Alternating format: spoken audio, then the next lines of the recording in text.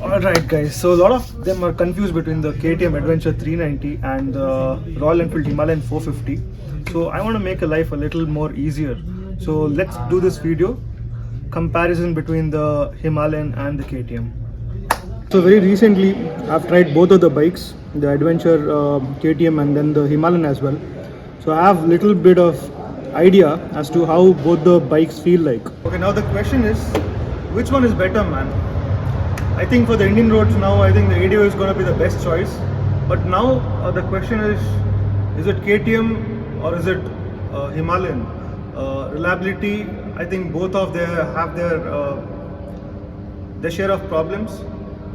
Either the chassis braking issue, the KTM has its oil, draining issue. So we do have some problems. Now the weightage goes here. Which one has more problems?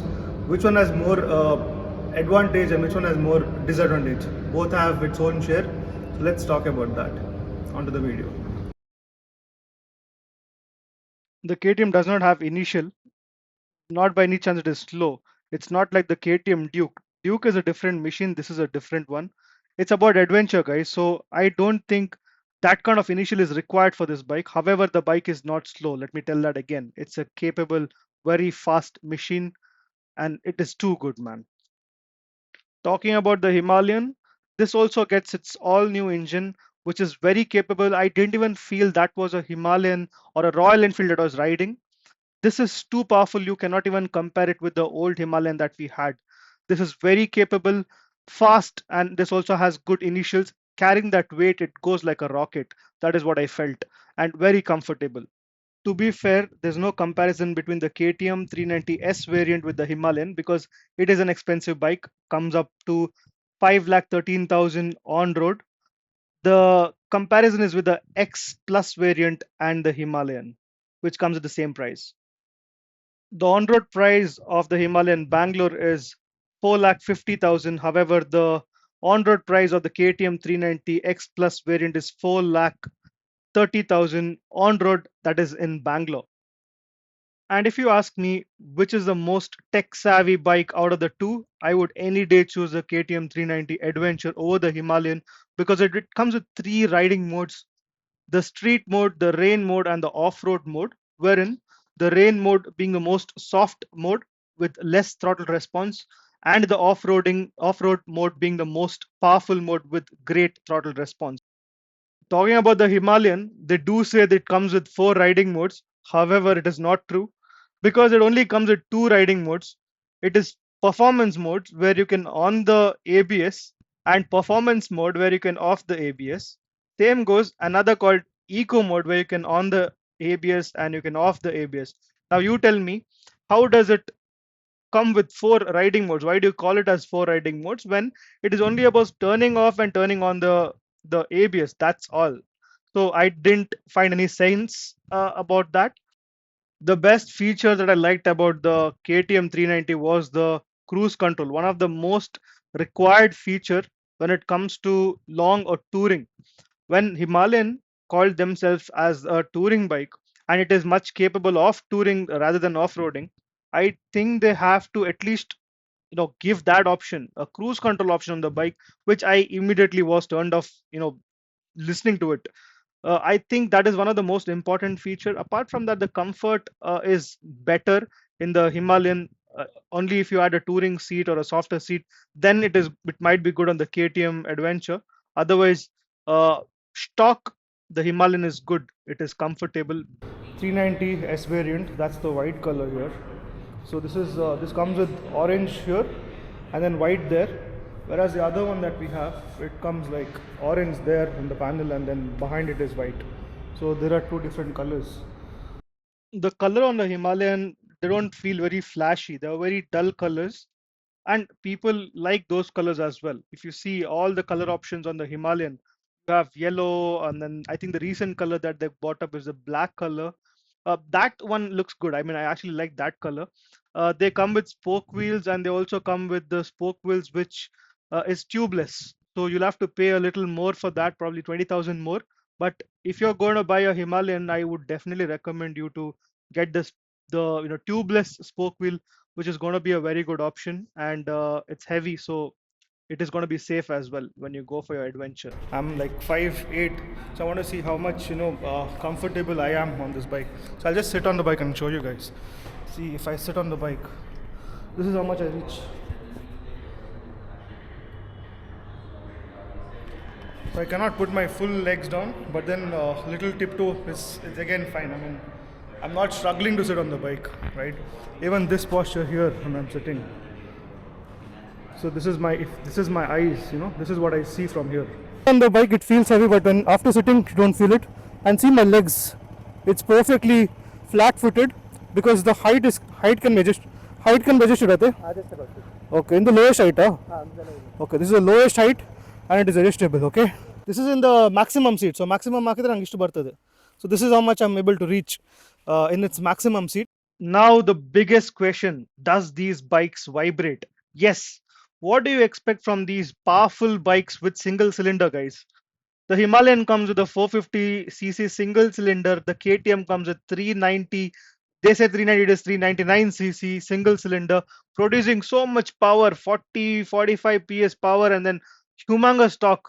What do you expect from these bikes? See, if you have problem with vibrations, go and get a electric scooter, electric bike, or you go for a inline four cylinder or a two cylinder bike. Don't go for with the single cylinders. These won't help you at all, because this is something that you need to live with when you take a single cylinder bike with powerful engine. However, if you love your bike, you love the ride, you love the way it is, you will not have any problem with vibrations. Eventually, initially you might feel, but eventually you will not.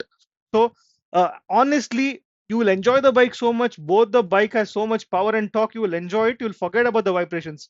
So that will take time to get used to, but this is not a big problem. These are very powerful, very capable bikes. Keep that in mind as well when you go for it. Don't listen to everybody who says vibration, that this, it is not something you cannot live, man. You will live with that. You will, it's not like, it's a deal breaker. Both bikes are too good. Don't worry about vibration so much that you will worry about should I buy it or no. Go for it if you like it. Now get ready, I'll talk about the feature of this bike. You'll get tired, but I'm not going to stop. So this first thing, you get a square shaped display which is beautiful, and a lot of information on the display itself. The trip, the odometer, the mileage, what not you get on the main console itself. Then you have that option where you can crawl in the first second gear. You can crawl on the traffic. The bike will not stall. You will also have the quick shifter, the auto blipper. That is also a great feature on the bike. You get a C-pin connector. You get lot of other features. It is massive, filled with tech. If you're someone who's into tech, you want a lot of technology involved in the bike, which is really futuristic, then I think you should go with the KTM 390 Adventure. This also comes with WP suspension, which is adjustable fully. I'm talking about the S variant. The X Plus doesn't get it, but you will have that adjustability wherein you can adjust as per your requirement, your need, however you want that to be ridden. I believe when you adjust it according to it, it is the suspension is better than the Himalayan. You will love the suspension, whether it is off-roading, whether it is the straight cruising. You will still love the suspension on the bike. If you're someone like that, go for the KTM Adventure. If you're someone who likes minimalism, you don't want too much tech on the bike, then you can go with the Himalayan 450. This comes with a round TFT display which shows the entire map on the display itself. That will cast your phone. From your phone, it will cast it on the meter, but your phone has to be on. Only then it can cast. Otherwise, you can't see the map. Also, it comes with the simple things like the trip meter, the fuel indicator, and all of those things, the minimalistic stuff you still see on the bike. However, you don't have a cruise control, which the KTM has. That is something that you're going to miss. Otherwise, as part of the comfort, it is superb. You like the comfort, you will love the comfort on the bike for going long. It's a great bike. Little bit of off-roading you can still do. It comes with I think 17 liters of the tank capacity as well, which is really good. Talking about the suspension, this is not an adjustable suspension, but the inbuilt Showa suspension that you get on the bike, which is really good. You don't need to adjust it. It is perfect. Small bumpy roads, a little bit of bad roads and all of that, it can completely handle. I think that is something which is good, but I can't stress enough on this. Go with the tubeless spoke wheel. Don't go with the tube tire on this because the bike is heavy. If you are stuck somewhere, then God should save you from there. So, concluding, if you're someone who likes minimal things, go with the Himalayan. If you like futuristic things, go with the KTM. I think both are two good, two best bikes, and you can go for whichever bike you want. And you ride both the bikes. That is when you know you want this or that. But as per my conclusion, I think both the bikes are too good, well capable, well equipped. So it is nothing like the old Himalayan, the old KTM as well. These are two different, two beautiful machines which you will love to ride.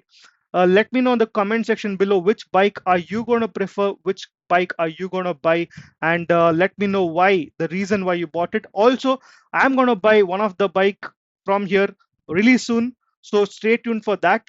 You will see a delivery video very soon. I'm going to pick one of the bike from here. So let me know how you like this video. If you like my channel, subscribe to my channel, hit a like button, and that will motivate me to make more content like this for you guys. Thank you so much for watching. Bye bye.